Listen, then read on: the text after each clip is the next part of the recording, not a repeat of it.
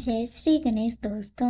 हमारी आज की कहानी है कंजूस। कहानी अच्छी लगे तो प्लीज चैनल को सब्सक्राइब कर लीजिएगा। अब शुरू करते हैं कहानी। अरे अरे बहू, यह क्या कर रही हो? इतना सारा तेल।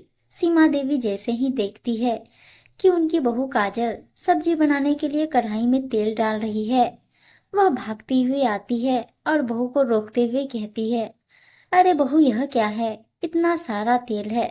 भगवान, यह तो रोगी हो जाएंगे सब खा खा के। तुम यह बताओ, तुम्हें तेल में सब्जी छौंका लगाना है या सब्जी तल के निकालनी है? इतने में तो मैं पुड़ियां तल लूं। काजल सर पकड़ लेती है और कहती है, माँ जी, 2 चम्मच तेल डाला है, 5 लोगों का खाना इतने से तेल में कैसे बन पाएगा? इतने से तेल में तो मैं पूरे 15 लोगों का खाना बना लूं। जब से तुम इस घर में आ गई हो, पूरे घर का ही सत्यानाश कर दिया है। ऐसे लग रहा है तेल घी की नदियां बह रही है। उठा उठा कर धकेलती जाओ कढ़ाई में, पकाते जाओ, निकालते जाओ, खाते जाओ। ऐसे तो कल्याण हो जाएगा। अरे कुछ घर परिवार के बारे में भी सोचा करो। अब इनकी बड़बड़ शुरू हो गई। काजल ने मन ही मन कहा, हद है माँ जी का भी, इतनी कंजूस। हर चीज पर नजर है। दाल देती है तो वह भी नाप के, जिसमें समझ में ही नहीं आता 2 लोगों की दाल में 4 लोगों को कैसे खिलाऊं। लेकिन माँ जी की नजर में यही सर्वगुण संपन्न बहू की निशानी होती है।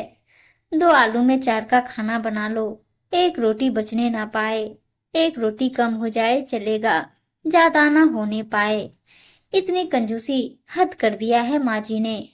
जो चीज घर की भी है वह भी नहीं मिलती। खरीदने का तो सपने में भी मत सोचो। घर में एक गाय है, अच्छा खासा दूध देती है, लेकिन मजाल की कोई दूध भी अपने हिसाब से खा पी ले। थोड़ा सा दूध निकाल, बाकी दूध बेच देती है। बेच देंगी तो 2 पैसे घर में आएंगे। दाने दाने के लिए तरसा दिया है बुढ़िया ने। काजल चिढ़कर रह जाती। एक दिन छोड़कर साबुन लगाओ, एक दिन कपड़े सर्फ में धो, तो दूसरे दिन पानी में ही धोकर डाल दो। भगवान जाने कहाँ मेरा नसीब लाकर पटक दिया। ऐसी लालची कंजूस औरत तो मैंने अपनी पूरी जिंदगी में कहीं नहीं देखी थी। हर चीज में टोका टोकी। काजल 2 महीने से प्रेग्नेंट थी। इस समय हेल्दी खाने की उसे बहुत जरूरत थी, लेकिन वह क्या खाए? सास की नजर हर और गिद्ध की तरह लगी रहती थी। मजाल है कोई कुछ लेकर या अपने मन से बनाकर या मंगाकर खा ले। सास का सीधे सीधे कहना था, बच्चा पेट में है, हमने भी बच्चा पैदा किए हैं। हरी हरी साग सब्जियां खाओ, खून की भी कमी नहीं होगी, बच्चा भी स्वस्थ पैदा होगा।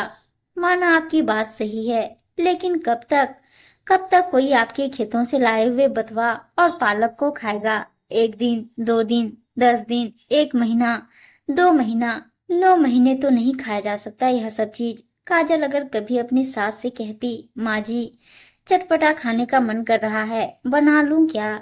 चटपटा मतलब ढेर सारा तेल, ढेर सारे मसाले, गैस की बर्बादी, सामान की बर्बादी। जीभ इतनी लंबी हो गई है, बड़बड़ाते हुए चली जाती है। बेचारी काजल देखते रह जाती है। संजोग से किसी के यहाँ बच्चों के जन्मदिन पर बुलावा आ गया। काजल की सास गई खाने को। उन्हें केक मिठाई के साथ समोसा भी मिला। केक मिठाई तो उन्होंने खा लिया, समोसा धीरे से साड़ी में बांधकर छुपा लिया। घर जाकर काजल को कहती है, ले बहू, तेरी जबान बड़ी लंबी हो रही थी, कुछ चटपटा खाने का मन हो रहा था, समोसा लाई तेरे लिए, खा ले। आज सूरज कहाँ से निकला? काजल ने हैरानी से अपनी सास को देखा, लेकिन जैसे उसने समोसे देखे वह समझ गई कि माँ जी जरूर कहीं से लेकर आ रही है समोसा। एक दिन घर पर अचानक आंगनवाड़ी वाली आशा दीदी आई, काजल का हालचाल लेने। बातों ही बातों में काजल ने उन्हें अपनी सास की कंजूसी बता डाली कि कैसे खाने खाने के लिए तरसा दिया है बुढ़िया ने। आशा दीदी काजल के सास को अच्छी तरह से जानती थी। उन्होंने काजल से कहा, काजल, कहते हैं इस टाइम में जो कुछ भी खाने की इच्छा होती है खा लेना चाहिए, नहीं तो बच्चे की लार टपकती है। कहाँ से खाऊं दीदी, कैसे खाऊं? माँ जी को तो आप अच्छी तरह से जानते हैं। काजल की बात सुन आशा दीदी सोचने लगी और काजल के कानों में कुछ बताने लगी, जिसे सुनकर काजल भी खुश हो जाती है। अगले दिन काजल के पेट में तेज दर्द होने लगा। उसकी सास घबराकर आशा दीदी को बुलाकर लाती है। वह जल्दी किसी बात पर डॉक्टर के यहाँ नहीं जाना चाहती कि डॉक्टर ढेर सारी दवाइयाँ, फीस बहुत खर्च हो जाएंगे, इसलिए आशा दीदी को ले आई। आशा दीदी ने काजल को देखा तो उसकी सास से कहा, चाची, काजल का बच्चा बहुत ही कमजोर है और काजल का वजन भी कम है। इसके शरीर में खून भी नहीं है। इसके खाने पीने पर आपको विशेष ध्यान देना पड़ेगा। इस समय जितना हेल्दी खाना खा सके। इसको दूध, घी, मक्खन, मलाई, मेवा, फल डेली रूटीन में नियम से खाना चाहिए। इतना कुछ सुनकर काजल की सास को चक्कर आ जाता है और वह कहती है, अरे बाप रे बाप, इतना कुछ, यह तो हजारों का खर्चा बता दिया तुमने। उनकी बात सुनकर आशा दीदी कहती है, ठीक है, फिर आप डॉक्टर के पास ले जाइए, गारंटी से कहती हूँ डॉक्टर काजल को इस हालत में तुरंत ही भर्ती कर लेगा। फिर उसके बाद सुई दवाई, डॉक्टर की फीस, दुनिया भर के विटामिन पाउडर, लाखों का खर्चा बनेगा आपका।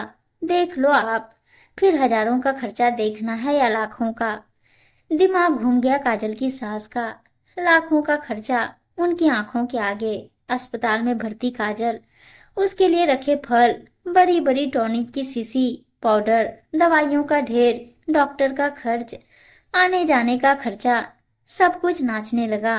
एकदम से डर गई और तुरंत ही आशा दीदी से बोली, नहीं नहीं, अस्पताल नहीं, अस्पताल नहीं, डॉक्टर नहीं, तुम बताओ क्या खाना है, क्या पीना है, क्या करना है, जिससे कि मेरी बहू और उसका बच्चा दोनों ही स्वस्थ हो जाए। तो आशा दीदी ने कहा, चाची, काजल की जो भी इच्छा है, जो भी मांग रही हो खाने को, आप उसे वह सारी चीज ला कर दो। खुशी खुशी अगर दाल रोटी भी खाओ तो वह भी शरीर को लगता है। इसलिए काजल को जो भी इच्छा है, कम से कम इस समय तो उसे खिलाते ही रहिए।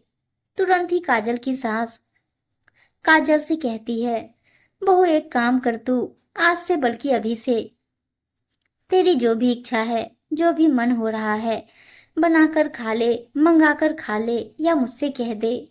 जैसे जैसे आशा दीदी कह रही वैसे वैसे तू करती जा। बस अस्पताल के चक्कर से बचा ले मुझे।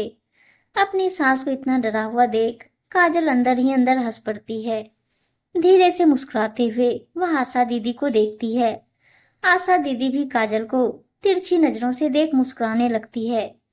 यही तो थी आशा दीदी की चाल, जिसे काजल की सास समझ ना सकी, जिसके चलते कुछ महीनों के लिए ही सही काजल अपनी सास की कंजूसी से आजाद तो है।